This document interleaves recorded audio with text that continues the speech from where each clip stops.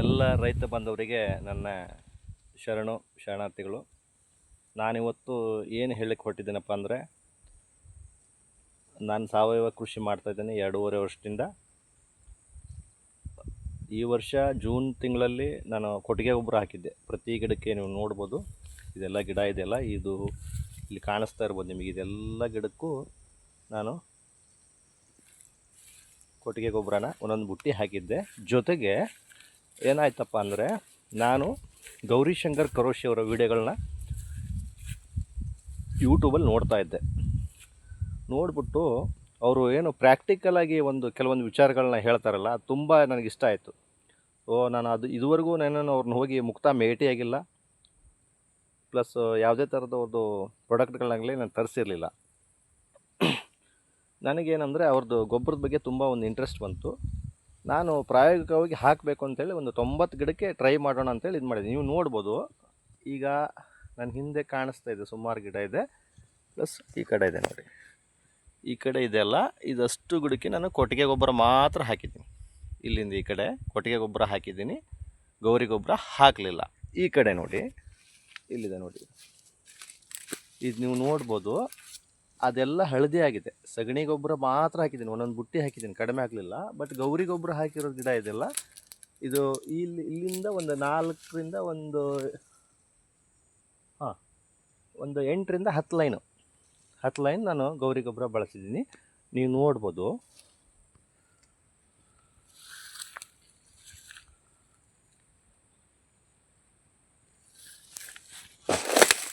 ಇದೆಲ್ಲ ಗೌರಿ ಗೊಬ್ಬರದ ಎಫೆಕ್ಟೇ ನೋಡಿ.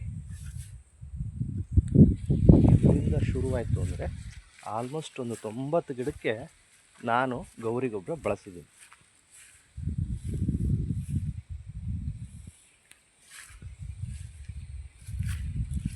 ಹಾಗಂತ ಹೇಳಿ ನನಗೆ ಪ್ರಮೋಷನ್ ಮಾಡಿ ಅಥವಾ ನಮ್ಮದು ಗೊಬ್ಬರನ ಇದು ಮಾಡಿ ಅಡ್ವರ್ಟೈಸ್ಮೆಂಟ್ ಮಾಡಿ ಅಥವಾ ನೀವು ಬಳಸಿರಿ ಅಂತ ಹೇಳಿ ಅಂತ ಗೌರಿಶಂಕರ್ ಆಗಲಿ ಅಥವಾ ಅವ್ರ ಕಡೆಯವ್ರು ಯಾರಾಗಲಿ ನನಗೆ ಹೇಳಿಲ್ಲ. ನನಗೇನೆಂದರೆ ನಮ್ಮ ರೈತರಿಗೆ ಒಂದು ಉಪಯೋಗ ಆಗಲಿ, ನನ್ನಂಥವ್ರು 108 ಜನ ಬೆಳೀಲಿ.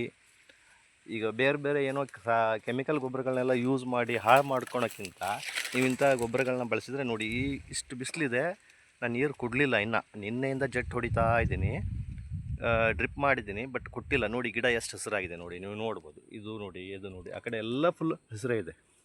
ಆಲ್ಮೋಸ್ಟ್ ಕಾಣ್ತದೆ ನಿಮಗೆ. ನಾನು ಏನು ಹೇಳೋಕ್ಕೆ ಇಷ್ಟಪಡ್ತೀನಿ ಅಂದರೆ, ಕೊನೆಗೆ ನೀವು ಮೊದಲು ಗೊಬ್ಬರನ 1 ಬ್ಯಾಗ್ ಅಥವಾ 2 ಬ್ಯಾಗ್ ತರಿಸ್ಕೊಂಡು ನೋಡಿ. ನಿಮಗೆ ಬಳಸಿ ಅದು ಚೆನ್ನಾಗಿದೆ ಅಂತ ಅನಿಸಿದರೆ, ನಾನು 2 ವರ್ಷದ 4 ತಿಂಗಳ ಗಿಡ ಅಷ್ಟೇ ನಂದು. ಅಲ್ಲೆಲ್ಲ ಒಂದು ಹೊಂಬಾಳೆ ಕಿತ್ತಿದೆ ಅಷ್ಟು ಬಿಟ್ಟರೆ, 2 ವರ್ಷದ 4 ತಿಂಗಳ ಗಿಡ ಅಷ್ಟೇ ಹೊಂಬಾಳೆ ಕಿತ್ತಿದೆ. ನೀವು 1 ಬ್ಯಾಗು ಅಥವಾ 2 ಬ್ಯಾಗು ತರಿಸ್ಕೊಂಡು ನೋಡಿ. ನಾನು ಒಂದು ಗಿಡಕ್ಕೆ 1 kg ಮಾತ್ರ ಕೊಟ್ಟಿರೋದು. ಗೌರಿಶಂಕರ್ ಹೇಳಿದ್ರು 2 kg ಹಾಕಿಂತ, ಅದು ಪ್ರಾಯೋಗಿಕವಾಗಿ ನಾನು 1 kg ಹಾಕಿದ್ದೀನಿ. ಬುಡದಲ್ಲಿ ಕಾಣಿಸ್ತಿರ್ಬೋದು ನೋಡಿ ನಿಮಗೆ, ಇನ್ನೂ ಹಾಗೆ ಕಾಣಿಸ್ತಾ ಇದೆ. ಸ್ವಲ್ಪ ಹಾಕಿರೋದೆಲ್ಲ ಹಾಗೆ ಇದೆ ಗೊಬ್ಬರ. ಜೊತೆಗೆ ಕೊಟ್ಟಿಗೆ ಗೊಬ್ಬರನೂ ಕೊಟ್ಟಿದ್ದೀನಿ ನಾನು, ಇಲ್ಲ ಅಂತ ಹೇಳಲ್ಲ. ಆದರೆ ಕೊಟ್ಟಿಗೆ ಗೊಬ್ಬರದ ಜೊತೆಗೇ ಇದನ್ನು ಕೊಟ್ಟರೆ ಖಂಡಿತ ನೀವು ಗಿಡಗಳ ಆರೋಗ್ಯ ತುಂಬ ಚೆನ್ನಾಗಿರುತ್ತೆ. ನೀವು ನೋಡ್ಬೋದು, ಇದು 2 ವರ್ಷದ 4 ತಿಂಗಳ ಗಿಡ ಅಷ್ಟೇ. ನನಗಿಂತ ಹೈಟ್ ಹೋಗಿದೆ. ನಾನು 5.5 ಫೂಟ್ ಇದ್ದೀನಿ, ಆಲ್ಮೋಸ್ಟ್ ಇಷ್ಟು ಬಂದಿದೆ.